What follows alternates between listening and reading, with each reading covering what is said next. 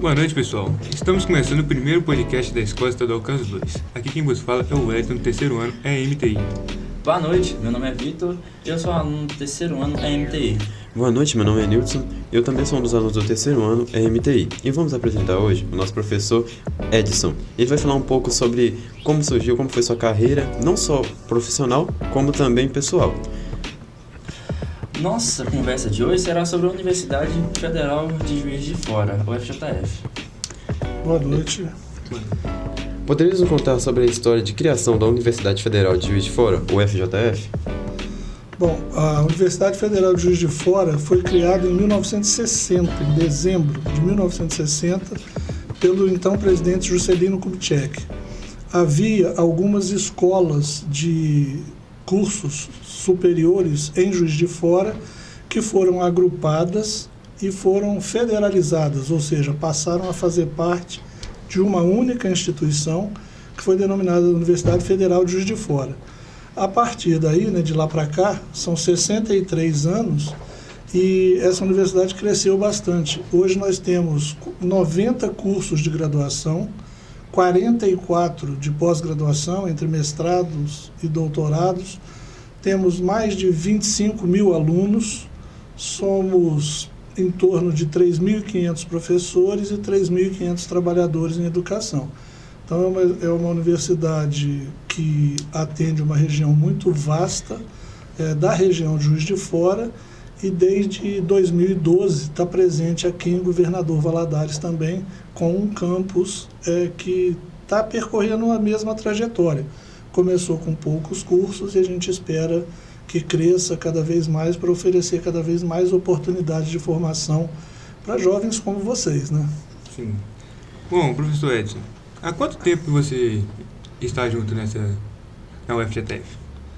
Eu iniciei a minha carreira docente na UFJF em 1983, em maio de 1983. São, portanto, 40 anos em números redondos que eu venho trabalhando como docente. E ao longo desse tempo, para além da docência, eu tive a oportunidade de me dedicar a outras experiências dentro da universidade. Então eu fui, na minha faculdade, eu fui chefe de departamento, fui coordenador de curso, fui vice-diretor da faculdade. Depois, na administração central da universidade, eu trabalhei na pró-reitoria de graduação, fui coordenador de graduação, fui pró-reitor adjunto, depois fui pró-reitor de graduação.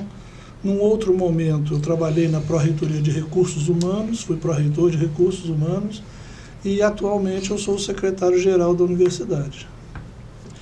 Bom, como estamos no ensino médio, professor Edson, temos interesse em saber sobre as formas de ingressar na UFJF.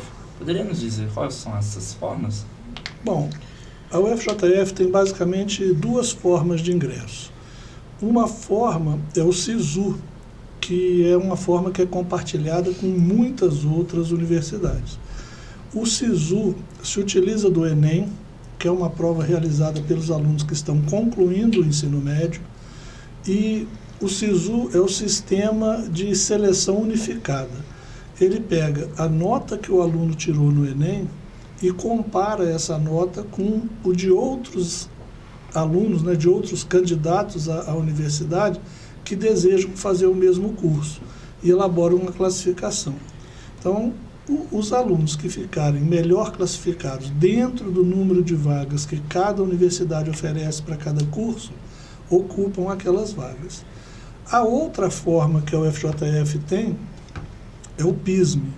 O PISM é um programa seriado em que o aluno do ensino médio faz provas ao final do primeiro ano, do segundo ano e do terceiro ano.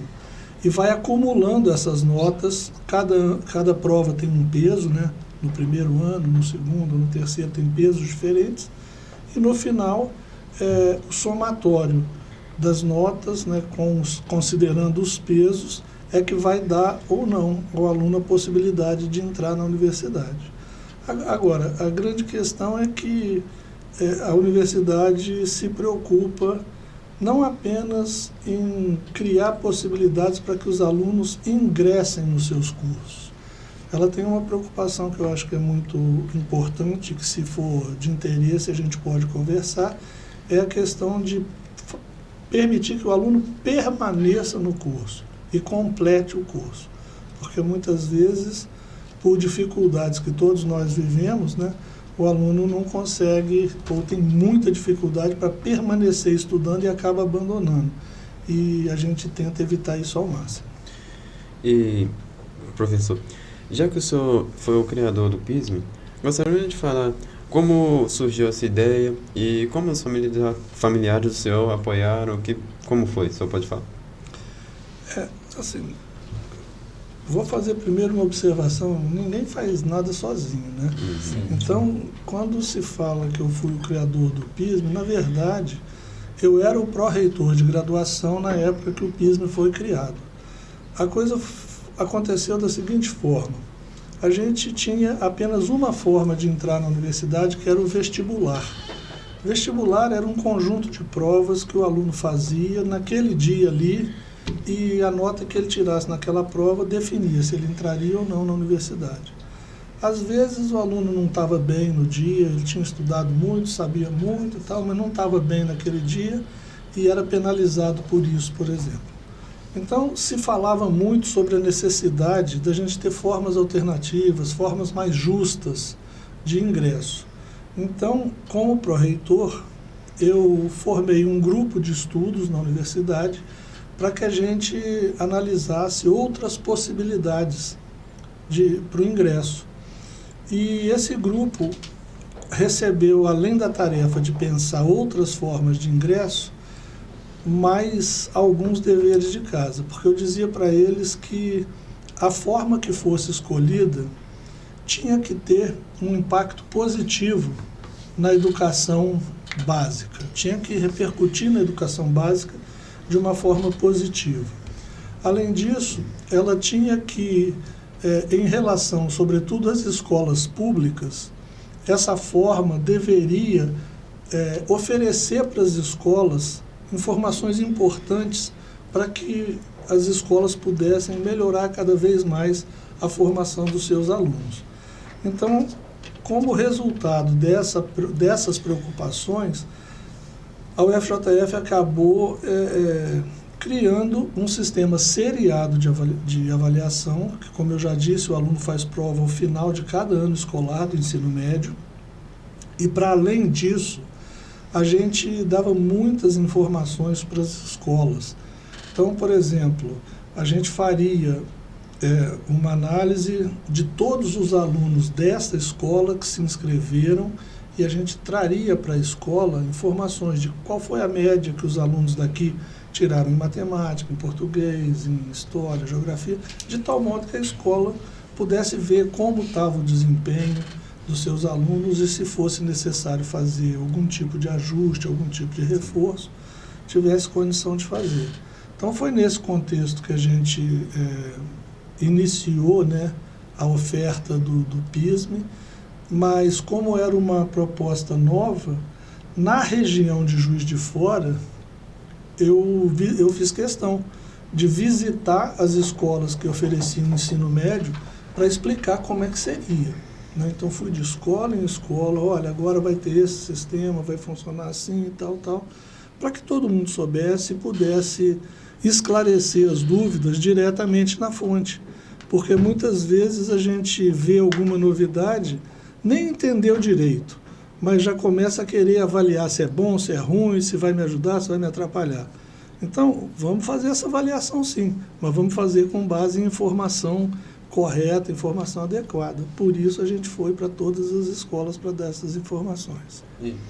Bom, professor Edson, você tem ideia de quantos jovens você ajudou com o PISM? Olha,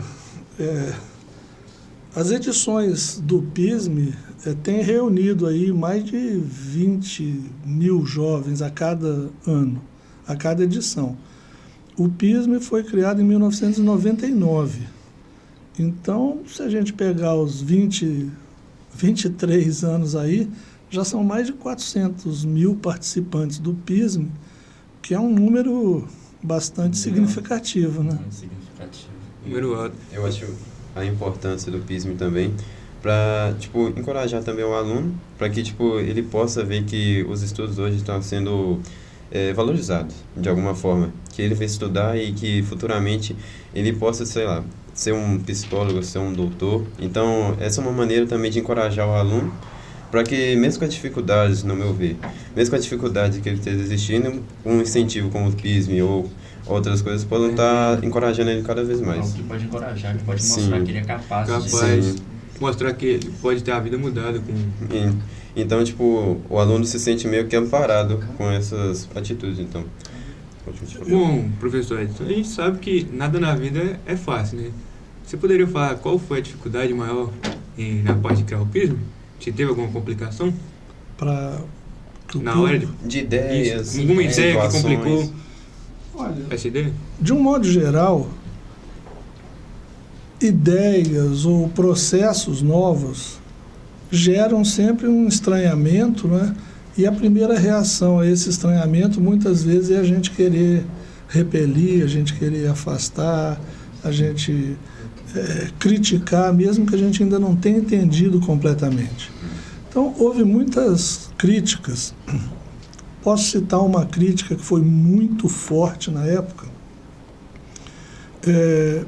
A crítica que a gente estava assim, reduzindo, né, a qualidade do ensino com o PISM, porque uma das coisas que a gente fez foi retirar a prova de língua estrangeira do PISM. Aí as pessoas olharam para essa ideia isoladamente e criticaram, dizendo assim, então vocês estão sinalizando que, por exemplo, estudar inglês não é importante? E eu tentava explicar que o PISM nunca pretendeu ser a medida da importância dos conhecimentos que o ensino médio oferece para o aluno, né? Vai haver alunos que até vão fazer as provas do PISM, mas não vão entrar na universidade, mas o PISM pode ter ajudado no sentido de mostrar que ele foi até o fim, que ele ficou perto, que ele mostrou e viu que tem capacidades que às vezes ele mesmo duvidava. Sim. Mas voltando à retirada da prova de língua estrangeira, o que as pessoas não viam e só foram saber muito tempo depois, muito tempo que eu digo assim, quando os primeiros alunos começaram a entrar na universidade pelo PISM, é que ao retirar a prova de língua estrangeira do PISM, né, nós criamos um projeto que oferecia língua estrangeira para todos os alunos que ingressavam na universidade. E por que nós tiramos? Quando me deixavam explicar, vários que criticavam até passavam a concordar. Porque a questão é a seguinte, língua estrangeira é um conteúdo que muitas vezes é estudado fora das escolas. Muita gente que tem condições para isso paga um curso de inglês, de outra língua, né? E aí o que acontece? Vinham 10 questões lá, eu estudei a minha vida inteira em escola pública, não tive nenhum curso de reforço em língua estrangeira, eu ia lá, pelo que eu estudei, tentava fazer aquelas 10 questões. O tempo que eu gastava e o índice de acerto que eu tinha eram muito diferentes de alguém que fez um curso livre, que achava que aquelas questões eram básicas demais. O cara fazia tudo na hora e acertava todas. Estava sendo introduzida aí na disputa por uma vaga na universidade uma questão que é de natureza econômica e não uma questão de conhecimento, né? Então, quando a gente tirou as questões de língua estrangeira, o que a gente queria era que houvesse mais igualdade na disputa. E aí, para compensar o fato de que quem não tinha conhecimento de línguas poderia precisar desse conhecimento, porque o mundo de hoje usa muitas expressões e muitas coisas em língua estrangeira, nós criamos um projeto dentro da universidade que aqueles alunos que fossem aprovados para os seus cursos fariam 3 semestres de uma abordagem instrumental de língua estrangeira. O que é a abordagem instrumental? É aquela que visa assegurar para o aluno a capacidade de escrita e leitura numa língua estrangeira. Numa língua, assim, uma abordagem mais técnica, né? Então, na época, pareceu que era correto fazer isso, que era lógico. a gente fez. Então, são dificuldades desse tipo, né, de críticas que devem ser feitas, são sempre saudáveis, mas ela precisa ser fundamentada e quem exerce a crítica não pode assumir a posição de um juiz infalível, né? É alguém que oferece o seu modo de pensar e coloca o seu modo de pensar no diálogo com quem pensa diferente, na expectativa que daí possa emergir uma ideia melhor. Desse jeito a crítica é muito boa, mas se for de outra forma, às vezes não ajuda muito. Sim. Críticas que não agregam em nada, né? Exato. Vitor. Bom, você poderia falar mais sobre o apoio estudantil? Bom,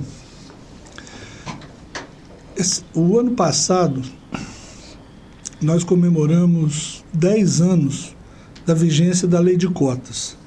A UFJF já tinha cotas nos seus processos de ingresso desde antes de existir uma lei que obrigasse. Então nós já temos mais de 10 anos que a gente recebe estudantes ditos cotistas, né, entre os nossos alunos. Isso criou uma situação que era desconhecida para as universidades, porque o público que inicialmente entrava nos cursos era um público basicamente constituído de alunos oriundos de escolas privadas, de famílias que tinham condição de manter os alunos estudando apenas sem fazer nada mais na vida, né? E com a lei de cotas isso começou a mudar. As faixas de renda dos alunos ficaram mais diversas, as origens culturais, sociais dos alunos ficaram mais diversas, e isso trouxe também uma situação em que alguns alunos tinham dificuldade para permanecer estudando na universidade, principalmente porque vários cursos exigem do aluno uma dedicação o dia todo. Então ele acaba ficando ou com um horário restrito para trabalhar à noite ou sem condição de trabalhar.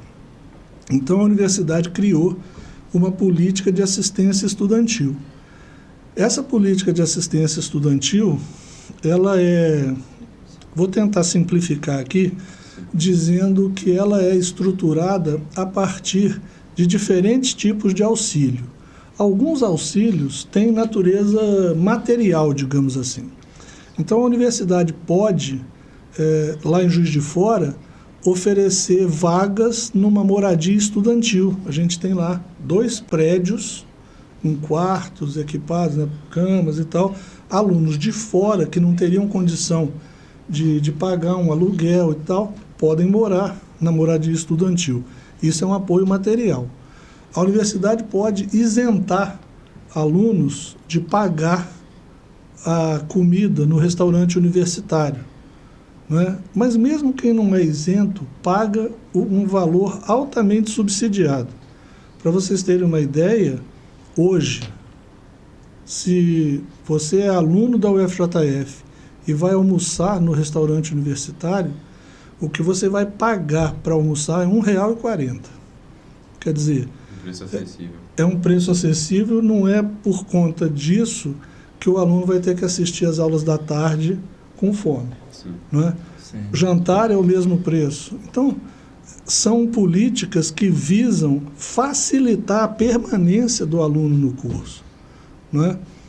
Vale transporte, a universidade pode subsidiar transporte para que o aluno chegue até nas aulas. Agora, para além disso, existe uma outra natureza de benefícios que muitas vezes visam permitir que o aluno enfrente melhor as dificuldades do cotidiano. Então, existem psicólogos, existem assistentes sociais, existem pedagogos que trabalham no sentido de acolher os estudantes que passam por dificuldades e, na medida do possível, encaminhar a melhor abordagem para que eles resolvam esses problemas e, dessa maneira, tenham a sua vida escolar o menos afetada possível.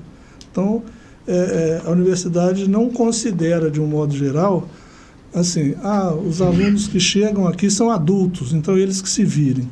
Na verdade, a gente tem uma preocupação de que eles tenham a melhor condição para realizar seus cursos, independentemente da sua origem socioeconômica cultural. Até porque nós temos percebido que a lei de cotas, embora tenha, como eu já falei, diversificado, né, o público que frequenta a universidade, nos mostra que, tendo as mesmas condições, é quase que impossível você saber quem é cotista e quem não é. Porque como a universidade oferece as mesmas condições para todos os alunos, o rendimento dos alunos é muito próximo de quem entrou por meio das cotas e quem entrou por meio da ampla concorrência. Então, nos interessa muito que todos esses alunos que hoje frequentam a universidade possam continuar frequentando, possam continuar vivendo aquela experiência e levando para suas comunidades, para suas famílias, aspectos de uma vida que, eventualmente, seus vizinhos, seus parentes não tiveram oportunidade de vivenciar na sua época. Então, a gente valoriza muito essa presença e procura oferecer condições para que essa presença se mantenha e faça da vida universitária uma experiência muito relevante. E quais são as políticas da universidade do apoio infantil? Infantil? Bom, Estudantil, desculpa, perdão. Eu ia responder infantil porque na universidade nós temos escolas de educação básica. Né? Nós temos um colégio de aplicação que também tem políticas para a educação infantil. Mas na assistência estudantil eu já adiantei algumas coisas aqui, né?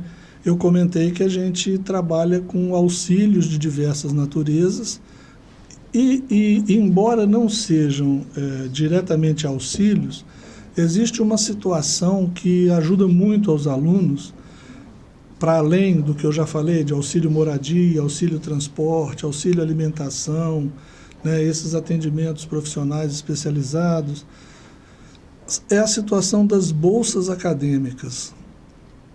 Os alunos podem receber diversos tipos de bolsa e essas bolsas são um valor que é pago em dinheiro e esse valor é oferecido como pagamento de algum tipo de serviço que o aluno vai prestar. Então, por exemplo, a bolsa de monitoria é uma bolsa em que o aluno trabalha, entre aspas, né, 12 horas por semana como auxiliar de um professor de uma matéria específica. Além de estar aprendendo, porque ele está convivendo com o professor ali diariamente, ele está ajudando os colegas a aprender a fazer algum tipo de exercício, alguma coisa assim, ele recebe um valor em dinheiro. E isso, muitas vezes, ajuda muito na permanência do aluno, para ele pagar uma passagem, para ele eventualmente comprar um livro, enfim, para ele gastar como for mais necessário. Como se fosse um estágio. Como se fosse um estágio, mas não conta como estágio. E essas experiências são muito valorizadas no processo de formação dos alunos. Aliás, essa é uma questão que o ensino superior valoriza muito a iniciativa do aluno. O curso, né, as matérias que têm que ser feitas, são as mesmas para todo mundo.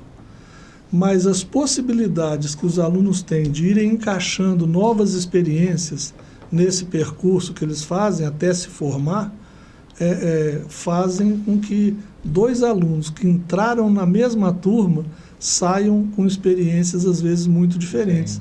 Porque eu quis fazer monitoria, o outro quis fazer iniciação científica, o outro quis fazer extensão. Então, cada um vai escolhendo o caminho que vai percorrer e acaba fazendo uma formação muito diferente. Bom, aproveitando o gancho que o nosso amigo Nilson deu, poderia falar sobre o apoio infantil? Olha, como eu disse, a gente tem um colégio de aplicação, né? E esse colégio de aplicação é uma escola de educação básica, mas que tem, para além da missão de oferecer uma educação de qualidade para os seus alunos, ele tem a tarefa de receber alunos dos cursos de licenciatura, ou seja, aqueles alunos que estão estudando para serem professores, para começar aí sim a fazer um estágio, né, a vivenciar as dificuldades que a vida de professor traz, não só na sala de aula, mas em todos os ambientes em que o professor atua, né? Para além disso também, os professores do Colégio João 23, né, que é o nosso colégio de aplicação lá, desenvolvem trabalhos de pesquisa para buscar formas melhores de ensinar, de contribuir para a aprendizagem dos alunos. Então, eles buscam desenvolver metodologias mais criativas, mais adequadas à cultura que os alunos trazem de suas famílias, de suas comunidades, e com isso vão se criando novas possibilidades de aprendizagem e numa situação interessante, porque ao mesmo tempo que são os professores do colégio que estão oferecendo isso, os estudantes que estão se formando como professores estão lá no colégio para fazerem seus estágios, para acompanharem aquelas aulas, então já vão absorvendo também essas novidades, digamos. Meio que uma experiência, uma pré-experiência de como vai ser, algo do tipo. É uma pré-experiência enriquecida, Sim. né, por essas novidades. Então acaba que é uma oportunidade interessante também, tanto para o aluno da escola, que tem convívio com mais gente, né, com Sim. mais modos de olhar e de dizer e de fazer as coisas, e é uma experiência bacana também para os alunos da graduação que participam desse processo. Sim. Sim, muito bom. Com isso, poderíamos falar sobre a moradia estudantil? Que no caso ele já citou no que ele tinha falado. Mas existe uma moradia estudantil aqui em Governador Valadares? Aqui em Governador Valadares ainda não, mas a gente tem duas ações que se referem à moradia. Uma que é exclusiva de Juiz de Fora, que é a moradia estudantil, que atende um pequeno número de estudantes que são de fora de Juiz de Fora e que vão para lá para estudar e que, não tendo condições ou família ou condição financeira de alugar um local para que eles possam morar, eles então fazem uma solicitação e é feita uma análise socioeconômica de todos os pedidos, da situação de todos os que solicitam, para que as vagas na moradia sejam destinadas àqueles que têm uma maior necessidade, né? São poucas vagas relativamente ao número de alunos que a gente tem e, por isso, a universidade tem um outro modo de tentar ajudar, esse vale também para Governador Valadares, que é o que a gente chama de auxílio moradia. Também é uma consequência de participar de um processo de avaliação socioeconômica, quer dizer, quem pretende receber auxílio moradia tem que se inscrever, passa por um processo de avaliação socioeconômica e caso seja identificada essa necessidade e haja recurso, dinheiro, né, no orçamento da universidade para isso, a pessoa recebe um valor mensal que vai ou suprir a necessidade que ela tem para alugar uma vaga numa república, um quarto ou um apartamento, enfim, aí depende, né? Mas é um modo que a universidade tem de auxiliar que estudantes que não são do local onde o curso é oferecido, no caso, Juiz de Fora para quem vai para lá, Governador Valadares para quem vem tentar aqui, né, possa se instalar e, a partir de estar minimamente instalado, fazer o curso com alguma tranquilidade com relação a isso. Você gostaria de falar alguma coisa para os nossos colegas? Porque aqui na escola quase todos querem fazer uma faculdade, pensamos em fazer ou psicologia, algo, ou odonto. Então, o senhor tem alguma palavra, alguma frase para que possa motivar nossos colegas da nossa escola, não só como a nossa, mas como os nossos ouvintes, caso estejam ouvindo? Olha, eu acho que quem está no ensino médio está numa fase em que tem que olhar para frente e enxergar possibilidades. Infelizmente, muitas vezes, o que vocês ouvem não são palavras de estímulo, não são palavras de incentivo, não são palavras de confiança. Pelo contrário. Mas eu acho que, na idade que vocês estão, o que vocês precisam é acreditar na capacidade de vocês, que, por experiência própria, eu digo que não é pequena a capacidade de vocês, acreditar na vontade de vocês e acreditar que as conquistas, elas surgem com muito empenho, com muita dedicação e com muito esforço. Eu ouço muitas vezes as pessoas falando sobre aquilo que elas não conseguiram obter, mas dificilmente elas falam sobre o que elas deixaram de fazer também, né, para correr atrás daquilo. Nada é fácil, nada é fácil. Muitas vezes a gente tem que deixar de fazer coisas que naquele momento são mais prazerosas para a gente em busca de um objetivo mais forte que a gente tenha, né? Sim, e tem que fazer o sacrifício. E eu acho que o ensino médio é um momento para isso, porque é definição para a vida, né? Então, seja qual for a área que vocês queiram fazer, é preciso se dedicar para elas.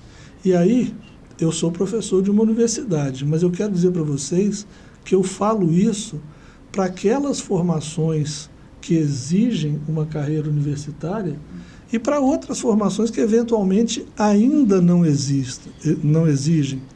Por exemplo, vocês gostam de videogame? Lógico. Sim. Pois é. Design de game, por exemplo, não é qualquer instituição que tem curso superior disso. Aliás, são muito poucos. Mas os games estão aí, surgindo novos games todo dia. Alguém está trabalhando como design. Um vídeo meu, eu queria fazer um jogo. Pois é. Então, mesmo não sendo uma carreira universitária, vai exigir de você dedicação, empenho, esforço, Paciência. aprendizagem, paciência, muitas coisas. Então, esse é o momento de se preparar, porque escolhas que a gente faz nessa idade, às vezes, influenciam o resto da vida, porque nem sempre a gente vai ter tempo, vontade, disposição e condição de mudar o caminho mais para frente. Então, pensar bem agora, decidir o que é, vamos ao empenho para conseguir aquilo. É igual uma escada, né? É um passo de cada vez. Um passo de cada vez. E O apressado sempre cai. E apesar de que o tempo é valioso, né, tem que saber como usar bem Sim, ele. o ensino médio é tipo a Ok. porta de entrada para Agora- a vida adulta. Sim. E agora, eu estou falando isso aqui, mas assim, para deixar bem claro a mensagem que eu quero passar, eu estou dizendo que é a melhor escolha, é ver o que você quer e tentar seguir na direção. Se você perceber que ao longo do caminho, que a escolha não era exatamente a que você queria, a gente sempre tem tempo de voltar atrás e refazer a escolha. Sim, pode fazer Né? outras escolhas. Pode fazer outras escolhas, mas que a gente ganha tempo se fizer escolha a melhor escolha de primeira, Sim, é né? muito bom. a gente ganha, mas a gente tem tempo. Mas o que você quer dizer é que não significa que acabou ali. Você Não, você forma pode alguma. continuar, você pode procurar outro objetivo. É, Eu que acho a gente- que sempre fazer assim. uma outra escolha demanda muito Sim, muito sempre esforço. assim. O Que- número de pessoas que muda de escolha no meio do caminho É muito é muito maior do que vocês imaginam. Porque, como a gente é jovem, a gente, querendo ou não, saindo do terceiro ano, já está se deparando com a vida adulta. Então, a gente tem muitas dúvidas sobre matéria, sobre trabalho, como vai ser a nossa vida profissional, e não só profissional, como pessoal. Então, é um mar de escolha que a gente tem, que o estudo proporciona. Que, querendo ou não, se a gente se empenhar mesmo no estudo, a gente pode fazer uma faculdade de Direito, a gente pode fazer de odonto, então, depende da área. Então, como a gente é novo e não sabe como a gente vai enfrentar esse mar, como diz que é um mar de escolha, a gente fica nessa dúvida. Mas, sim, é tudo pensado. E caso a gente chega uma parte do tempo que a gente pensa que não é isso, pelo menos a gente ganhou uma experiência, a gente ganhou conhecimento. Então a gente tem que pensar pelo lado bom. E conhecimento é tudo. É. É E... isso aí. Professor Edson, a última pergunta aqui. Desde pequeno, você tem a ideia de ser um professor? Não. Não? Eu Foi sou uma um dos mudança que de escolha mudou. também? Eu sou um dos que mudou ao longo do caminho. Experiência própria. Ele já falou na experiência dele. Experiência própria. Quando criança, eu pensava que eu queria ir para uma área mais tecnológica, eu pensava que eu queria ser engenheiro. Não sabia muito bem o que era ser um engenheiro, mas eu achava que era isso que eu queria. E nessa de querer ser engenheiro, eu procurei no meu ensino médio um curso técnico. E fiz o primeiro ano, foi muito difícil, porque eu não gostava de nada, não me identificava com nada. Aí eu falei, bom, é o primeiro ano, né? O segundo vai melhorar. E assim eu fiz o segundo e continuei gostando menos ainda. E eu fui percebendo que não era a minha escolha, né? Sim, não era aquilo. Que assim, Era eu tinha pra você. idealizado uma coisa que não acontecia na prática. E depois de muito pensar, de conversar e tal, eu resolvi que eu não queria seguir esse rumo que eu vinha falando desde que eu me entendia por gente, né? E aí, então, passei a ter um outro problema. Se eu não quero mais ser engenheiro, o que eu quero ser? E aí, pegando as minhas experiências de vida, eu achei que eu gostaria de ser professor, mais especificamente de educação física. Foi o que eu fui fazer e não me arrependo da escolha que eu fiz.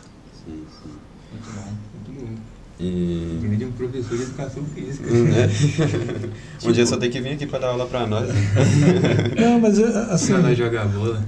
de uma certa forma, indiretamente, eu já fiz isso. Pior que é mesmo. Aliás. E então é isso. Agradecemos a presença do senhor. Não, agora eu acho que a pergunta é mais importante. Qual? Como é que você faz pra deixar seu cabelo tão lindo assim? Não, eu só... Claro, pintar todo dia, cara. Na hora que o senhor entrou, assim, eu falei, nossa, que homem gato. É a passagem do tempo que faz isso. Bom, professor Edson, agradecemos a Agradecemos. presença no nosso primeiro podcast. Eu é que E agradeço. logo uma presença ilustre Uma como a do presença senhor. ilustre do E- pai do Pisme. Né? E é isso, agradecemos ao senhor a presença. E a escola toda agradece em nome. E volte é isso aí. sempre, né? E volte sempre. Toda hora que o senhor querer vir botar aqui, ó, só vim. Vai ser um prazer. Eu é que agradeço essa oportunidade, essa honra. E parabenizo a vocês, a escola, essa iniciativa, que eu acho que é muito bacana e traduz um tipo de educação que eu acredito muito, que é envolver os alunos naquilo que a escola faz. Então, eu acho que vocês estão de parabéns, a escola está de parabéns, essa iniciativa é sensacional. Sim, Eu que agradeço. Sinta-se em casa no Caso Luiz. Ah, É, Agora- Volte sempre. é isso.